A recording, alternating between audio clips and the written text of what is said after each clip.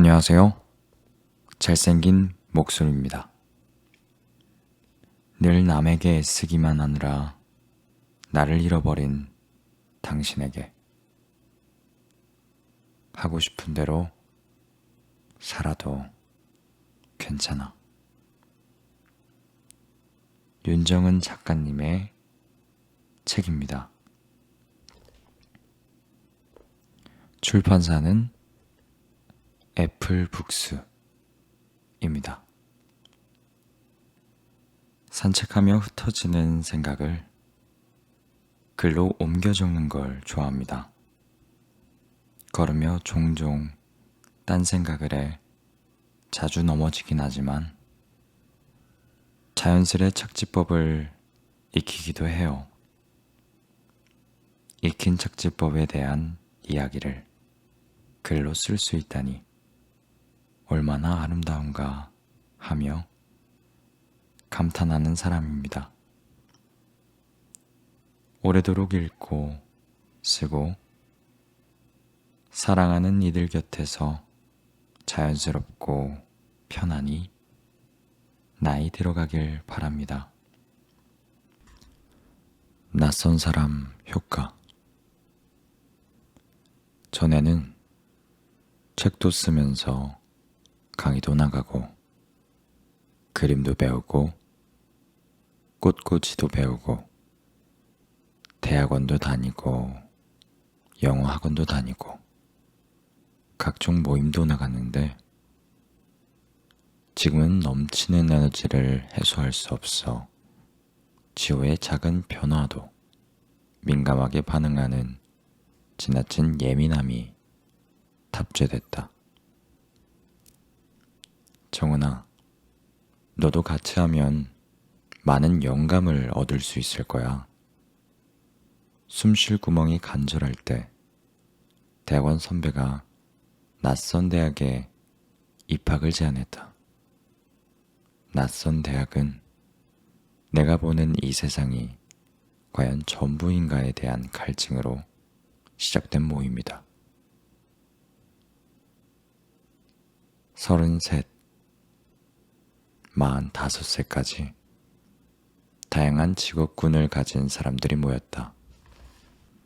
그 나이 정도 되면 다들 각자의 영역에서 어느 정도 전문성이 쌓일 연차이기 때문에 필요할 때 다양한 전문 지식을 교환할 수 있고 콜라보도 가능하다. 컨설턴트, 디자이너, 마케터, 개발자, 가야금 연주자, 작가, 가수, 사진작가, 세무사, 건축가, 회계사, 핸드메이드 전문가, 기획자, 배우, 성우, 연출가, 출판인, 영화인 등등. 이들이 매주 한 분씩 모여 2명의 멤버가 40분씩 자유롭게 자신들의 사는 이야기를 들려준다. 전문 강연 집단이 아니기 때문에 때론 서툴고 자유롭고 진심이 담긴 이야기를 듣고 서로의 생각을 공유하는 가운데 폭넓은 시야와 교류가 생성된다. 작가라는 직업은 자칫 고립되기 쉽다. 대부분 혼자 일하는 시간이 많기 때문에 쓸데없는 아집과 고집이 생기고 그래서인지 대부분 예민하고 또라이 기질이 다분한 작가도 많다. 섭취하는 정보도 제한적이다. 간섭하는 이가 없기 때문에 받고 싶은 정보만 받고 읽고 싶은 글만 읽고 만나던 사람만 만나는 쳇바퀴 도는 생활을 한다.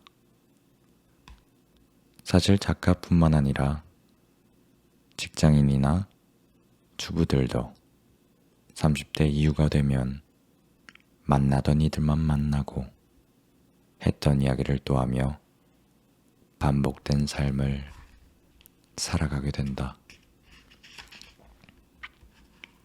지루하게 반복되는 일상 속에서 다른 직업을 가진 사람들이 말로 써내려가는 수필을 귀로 읽으며 그들을 통해 새로운 세상을 만난다.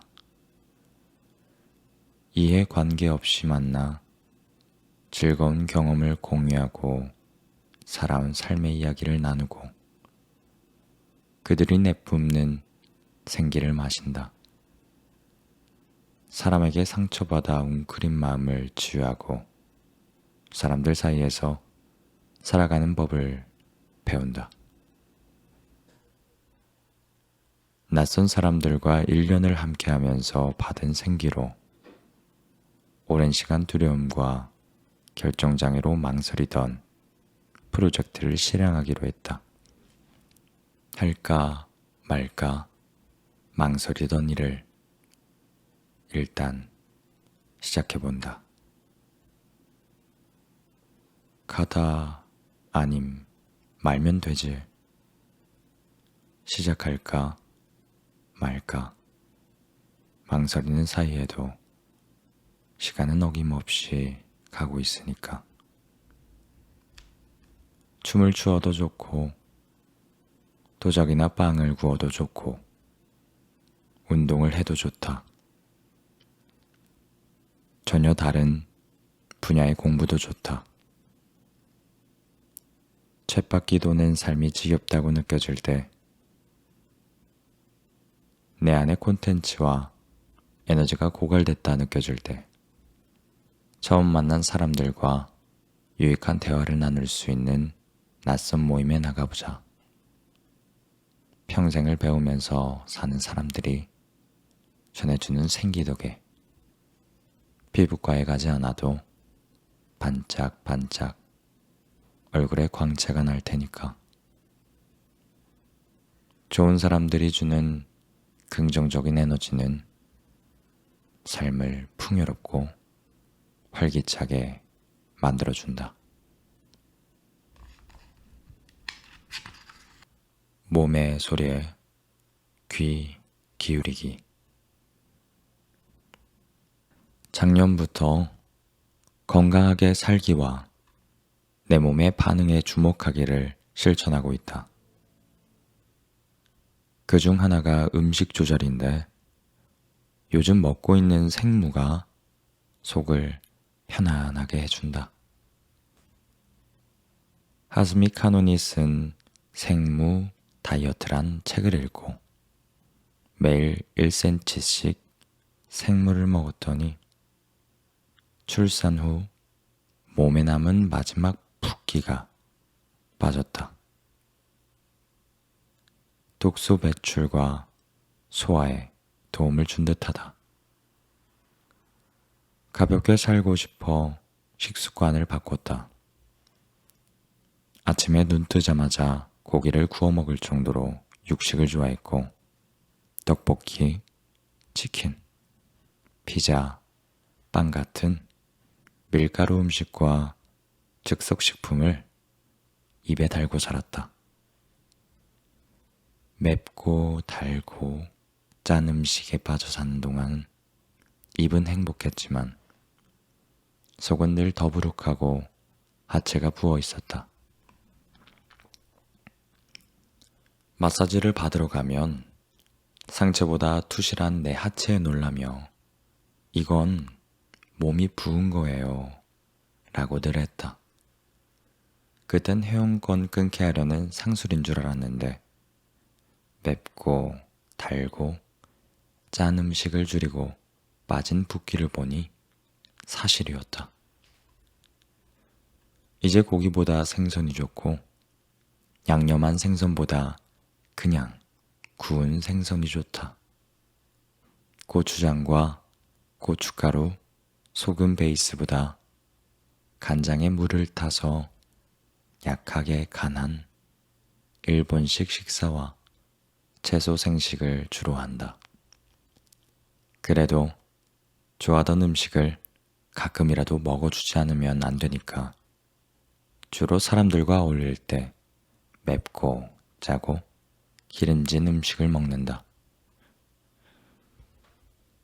즐거운 이들과 함께하는 식사라면 몸에 그다지 좋지 않은 음식도 좋은 에너지로 바꿔줄 거라 믿으며 맛있게 먹는다. 며칠 과식했다 싶으면 아무 간을 하지 않고 코코넛 오일에 닭가슴살, 애호박, 양파, 피망, 파인애플, 잡곡밥을 넣고 볶아 식사로 200g을 먹는다.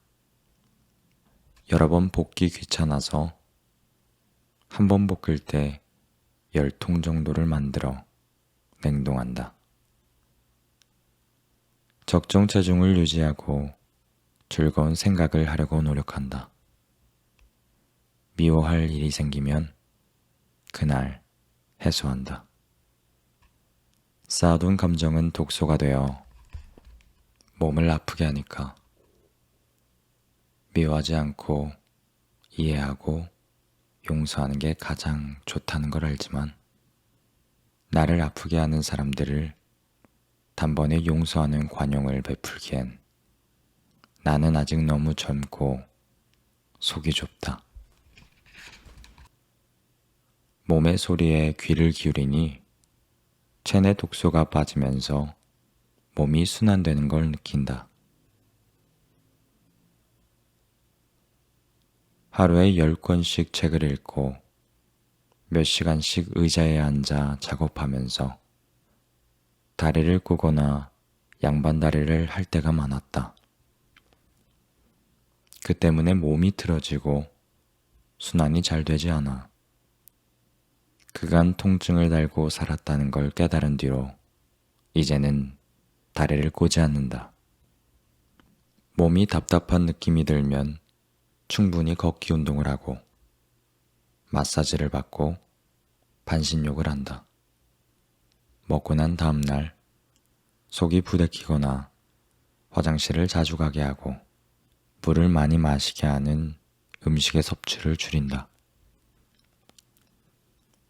몸의 반응에 신경 써서 음식을 먹으니 건강해지고 몸이 건강해지니 얼굴빛도 좋아진다.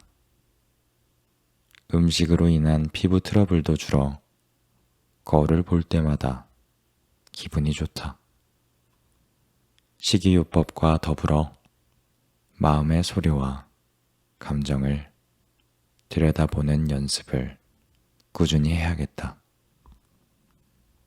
나를 데리고 오랜 시간 행복하게 살기 위해 몸과 마음의 반응에 주목하는 것만큼 중요한 게 있을까?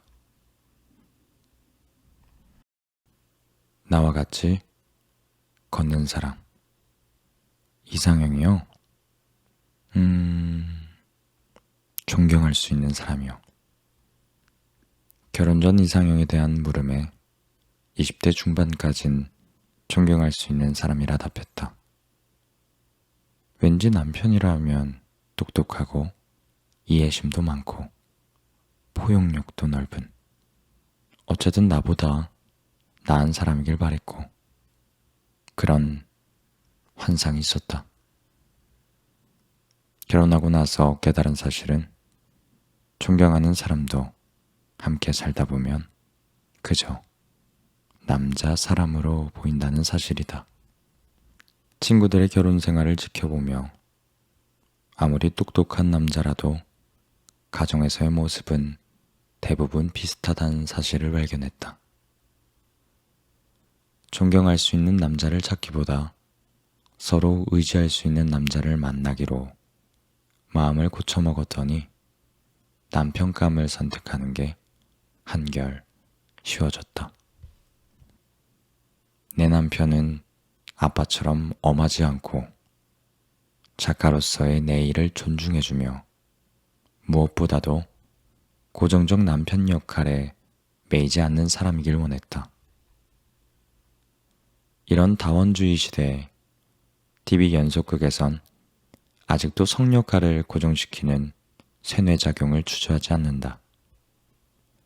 잘 나가고 똑똑한 여자가 결혼해서 시댁 식구들과 함께 산다.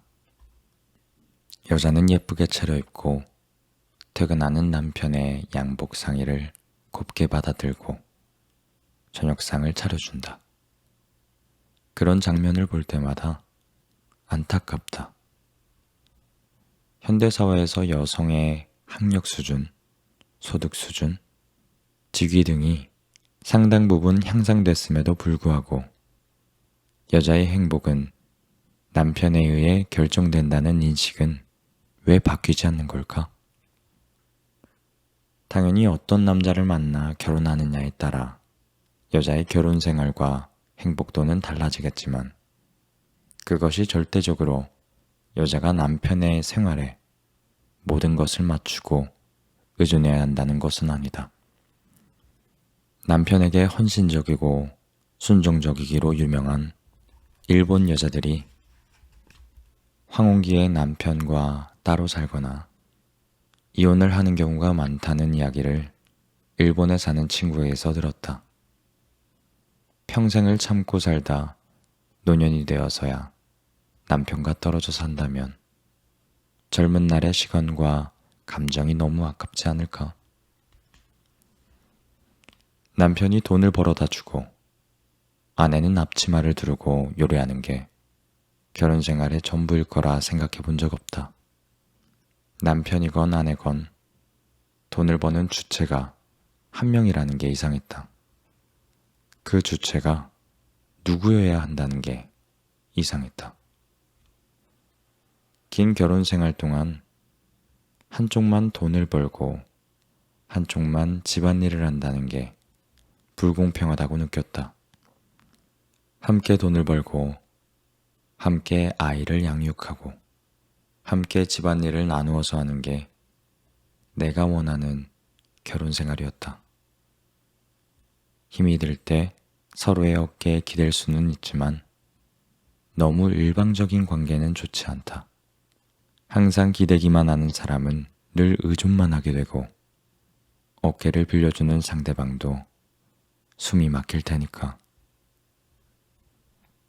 남편은 기대는 존재가 아니라 문제가 생기면 함께 해결하고 기쁨이 생기면 함께 웃으며 일상을 공유하는 앞이나 뒤가 아닌 옆에서 호흡을 맞추며 걸어가는 옆 사람이 아닐까?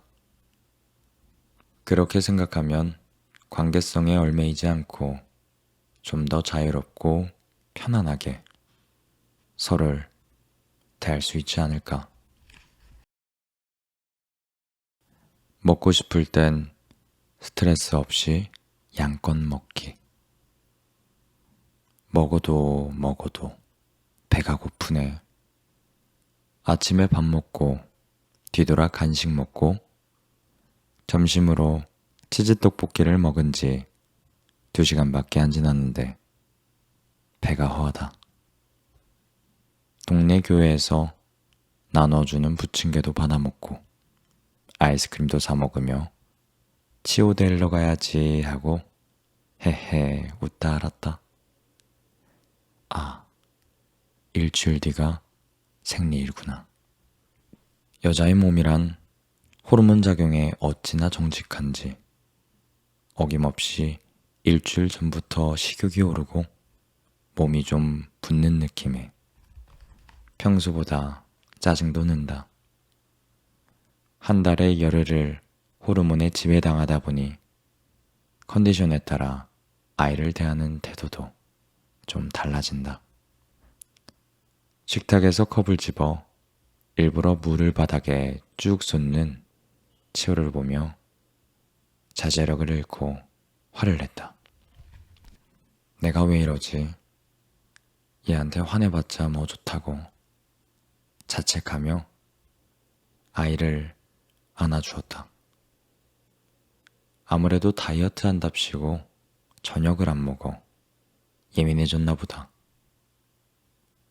먹고 싶을 땐 양껏 먹기. 호르몬의 지배를 받을 땐 더더욱 내 마음이 평화로워야 주변도 평화로워지니까. 그런 기념으로 아이스크림 또 먹어야지. 다이어트는 원래 내일부터 하는 거다. 머리라도 감았으니 괜찮아. 언니 괜찮아요? 26 긴 생머리의 그녀가 비틀거리는 나를 끌어안았다. 순간 샴푸 냄새가 확 알딸딸한 쥐기에 기분 좋은 샴푸 냄새 두근거린다. 이래서 남자들이 여자의 샴푸 냄새에 반하는구나. 질끈묶은 내 머리는 과연 어제 감은 게 맞는지 그제 감은 건 아닌지 기억을 더듬다가 포기한다.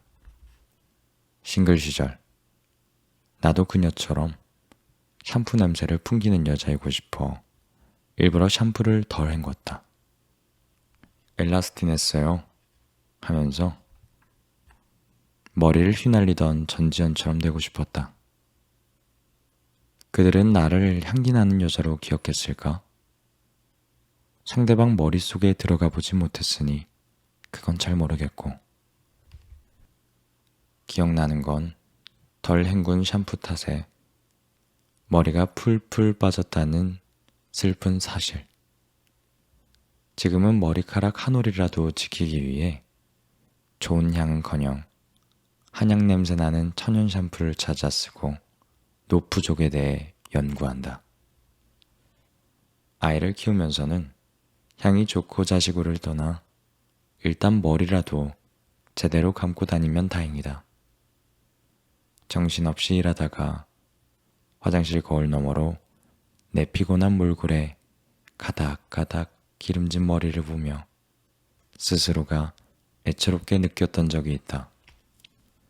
두어 달에 한 번씩은 꼭 미용실에서 뿌리 염색을 하며 갈색 머리를 유지하던 26 그녀는 이제는 귀찮고 시간도 없어 원래의 검은 머리를 선호하는 아줌마가 되었다. 자연미 있고 좋다. 정말이다. 그리고 오늘은 머리를 감았으니 당당하게 머리를 풀고 다닐 수 있다는 말씀. 그리고 오늘은 머리를 감았으니 당당하게 머리를 풀고 다닐 수 있다는 말씀.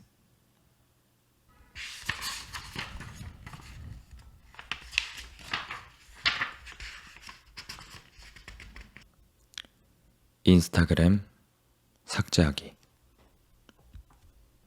SNS에서 보이는 이미지가 전부가 아니란 걸 알면서도 호기심에 타인의 삶을 염탐할 때면 부러움과 자괴감이 세트 메뉴로 따라온다. 저 여자는 아이 낳은 지 100일밖에 안 됐는데 얼굴과 몸매가 어쩜 저렇게 예쁘고 집은 또 어떻게 저리도 깔끔하게 꾸미고 살 수 있지? 틀림없이 아이 봐주는 사람이랑 집안일 해주는 사람이 따로 있을 거야. 남편이 뭐 하는 사람이길래 매일 쇼핑을 해야 되는 걸까? 지호랑 동갑내기 아이를 키우는 저 연예인은 한남동에 살다가 아이를 위해 자연을 보여주고 싶다고 평창동으로 이사 갔네. 저 집은 바닥에 아이매트 한 장 없고 장난감도 많지 않아 보이는데 아이가 심심하다고 징징대지 않는 걸까? 어쩜 저렇게 여행도 자유롭게 다닐까? 전생에 나라를 구했나 봐. 이 커플은 여행하고 노는 걸 사진 찍어 올려서 돈을 다 버네. 별로 예쁘지도 않으면서 복도 많아.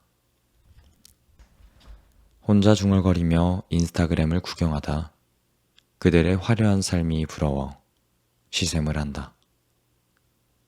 시간과 감정을 낭비하며 끝없는 비교를 하다 결국 불행해졌다.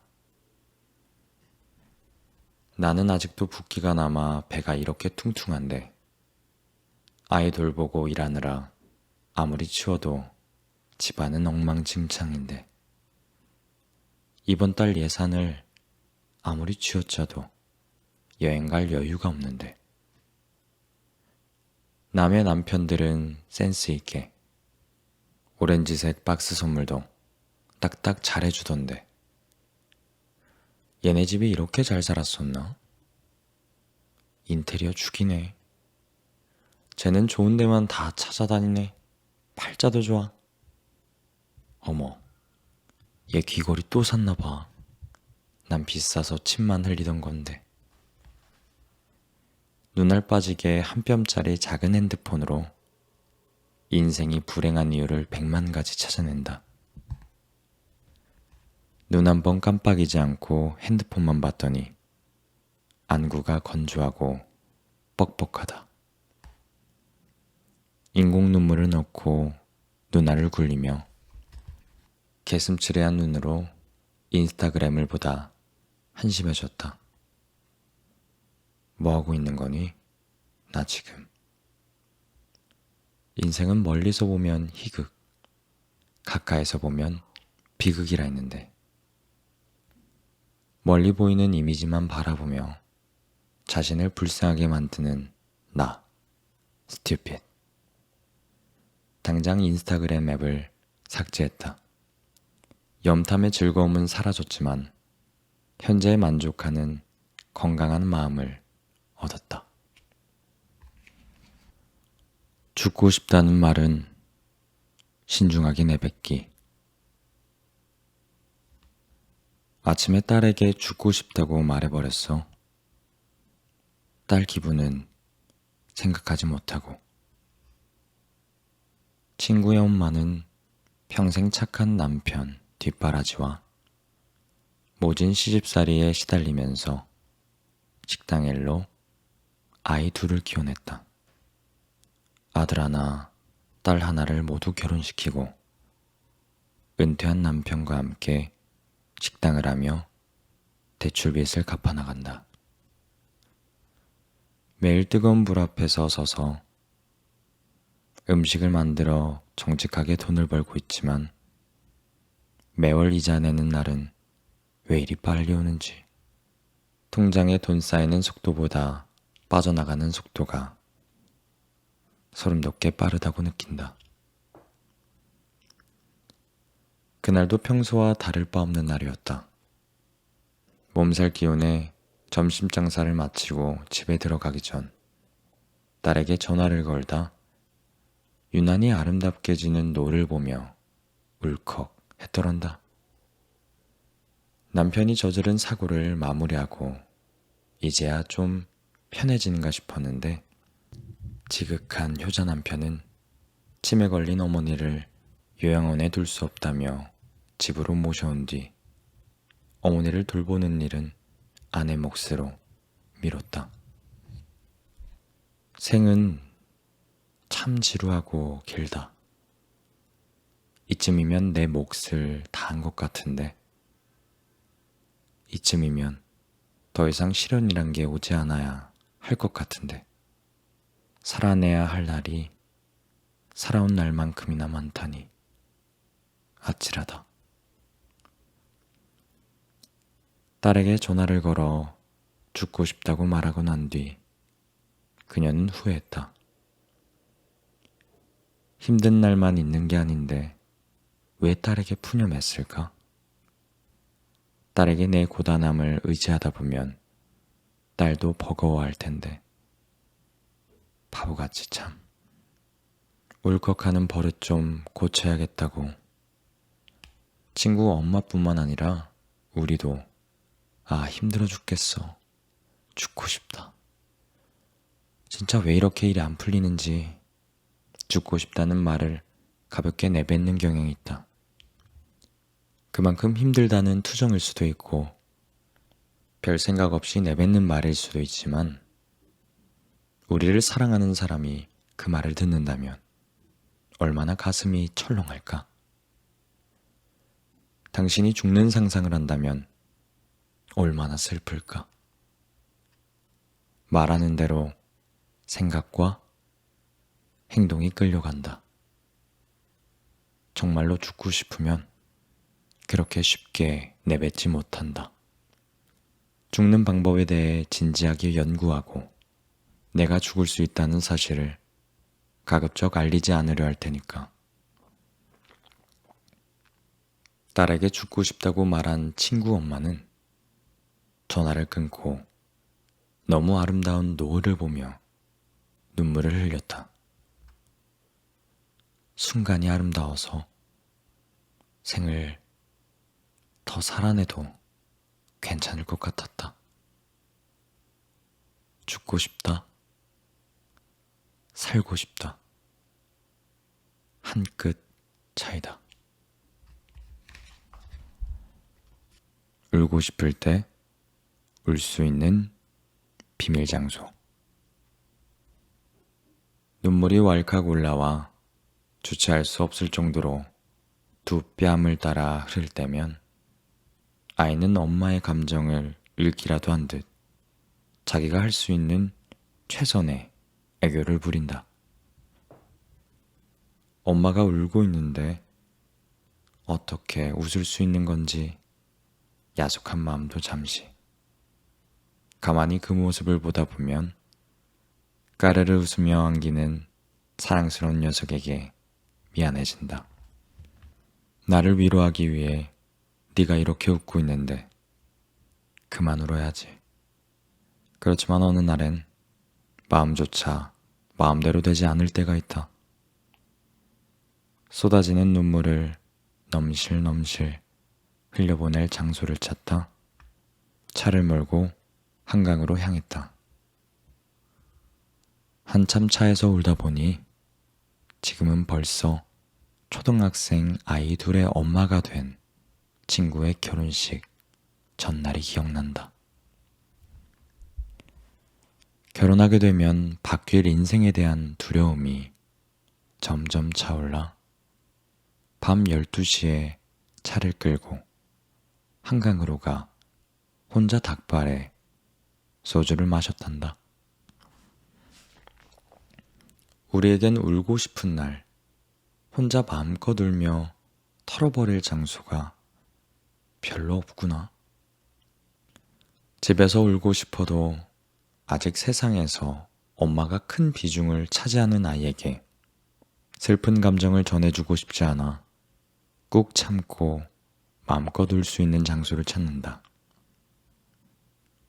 울고 싶을 때 눈치 보지 않고 마음껏 울 수 있는 장소를 두 군데 정도 찾아 놓았다.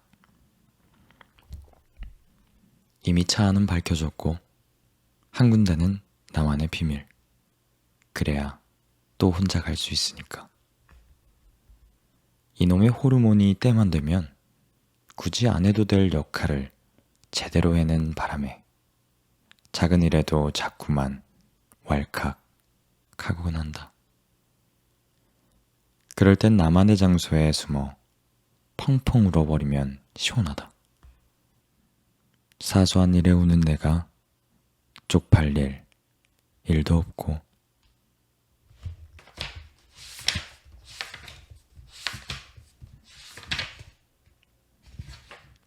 나 혼자 정체되어 있다고 느낄 때 밤새 끙끙 앓던 치호를 안고 출근하는 남편을 보며 부럽기도 하고 질투도 났다. 함께 낳은 아이인데 나만 아이의 시간 속에 정체되어 열심히 쌓은 커리어는 멀어져 가고 남편은 아이가 생겼어도 본인의 생활을 변함없이 이어가는 것 같다. 최소한 경력은 끊기지 않으니까. 일 욕심 많은 나로서는 매일 출근하고 퇴근하고 회식도 하고 프로젝트도 진행하는 남편이 부러웠다. 그러다 방긋 웃는 아이의 맑고 투명한 눈, 보드라운 피부, 오물거리는 입술, 작고 따뜻한 손을 만지며 위안을 얻곤 했다. 이렇게 옆에 있어줄 시간이 얼마나 되겠니? 네가 조금만 자라도 엄마가 아닌 친구들을 찾아 떠나겠지. 그때가 되면 서운하고 허전할 테니 마음껏 아이를 안아줄 수 있는 지금을 즐기자며 스스로를 다독이다가도 산후 우울증이 몰려오면 애써 추스른 마음이 또 무너지곤 했다. 보통 3개월 주기로 몰려왔다. 남편은 저 멀리 앞서 나가 있다. 우리가 함께한 시간 속에서 남편만 혼자 성장한 걸까? 가족을 위해 가장 좋은 선택이라 생각해 일을 접고 가정에만 집중했는데 일을 포기하지 않았던 친구는 여전히 예쁘고 싱싱하고 아이들도 잘만 자랐다. 허탈하다. 나만 정체되고 뒤처진 걸까? 괜스레 울적해져 쇼핑하러 나갔다가 아이 옷만 잔뜩 샀다. 저녁 찬거리를 사들고 집으로 돌아오는 길에 연년생 아이를 둔 친구와 통화를 했다. 첫째가 요즘 유치원에 안 가려 해서 아침마다 쇼를 한다니까. 어린이집 안 다니는 둘째까지 옷 입혀서 둘째야, 어린이집 가자. 첫째도 유치원 가야지 하고 둘 다 데리고 나와. 너무 스트레스 받아.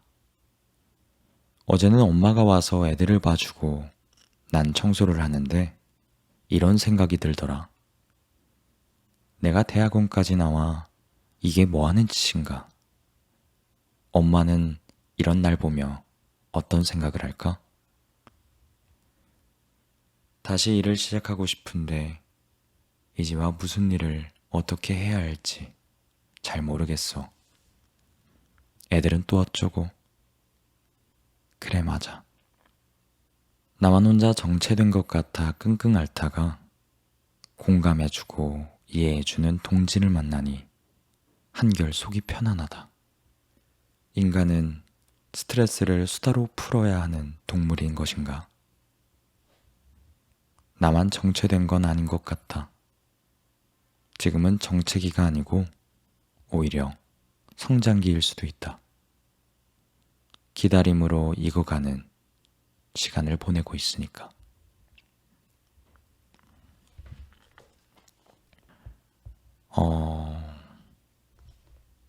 하고 싶은 대로 살아도 괜찮아. 여기까지 읽겠습니다.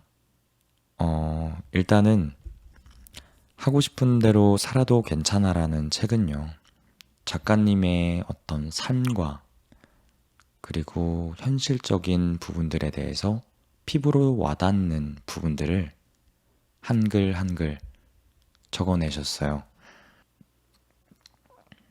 오늘 저의 영상이 도움이 되셨다면 좋아요, 구독, 알림 설정 부탁드리겠습니다.